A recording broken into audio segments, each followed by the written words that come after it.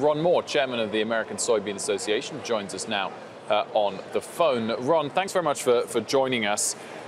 Gauge for us how fearful you are. Clearly, we've seen the price fall in soybeans, as Aditi just reported, during the month of June. Do you expect a volume fall in terms of sales for U.S. soybean farmers as well?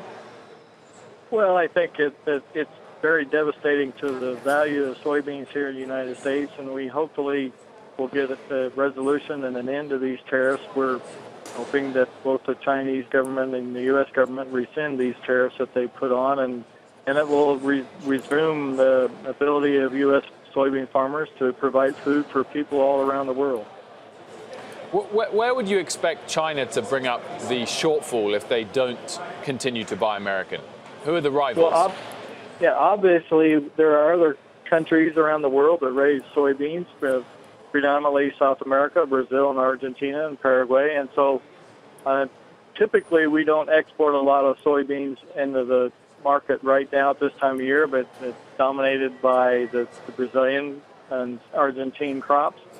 But we hope that his tariffs can be resolved in time for the new crop soybeans that we're raising right now that'll be shipped in October, November, December. So hopefully we'll get this all behind us and have a little bit more certainty in the marketplace.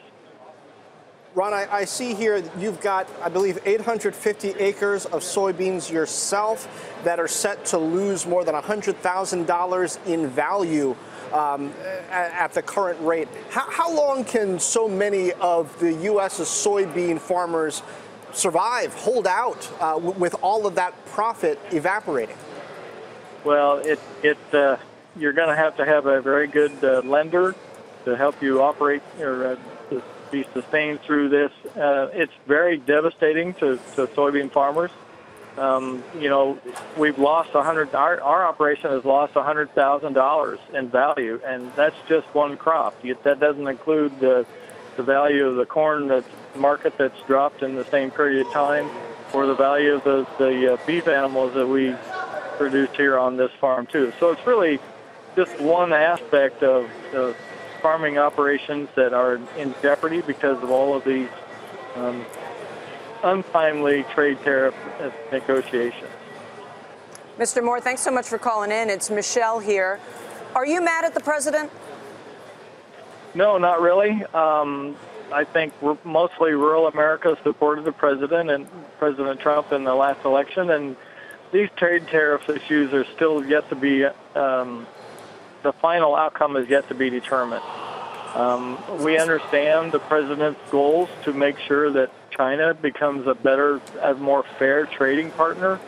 We understand that they've not treated American businesses and their American trading partners very well over the last several decades, and we admire the president for trying to make sure that that is corrected.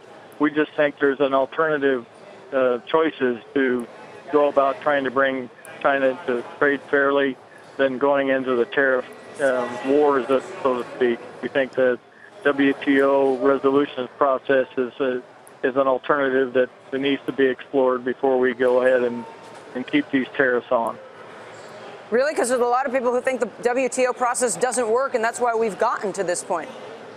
Well, I don't think we've determined that yet. I know that's a lot of people's opinion, but we think that there's a process in place that should have gone that route instead of putting the trade tariffs on immediately. Okay, Ron, we'll leave it there. Thank you very much for calling in today. Hey there, thanks for checking out CNBC on YouTube. Be sure to subscribe to stay up to date on all of the day's biggest stories. You can also click on any of the videos around me to watch the latest from CNBC. Thanks for watching.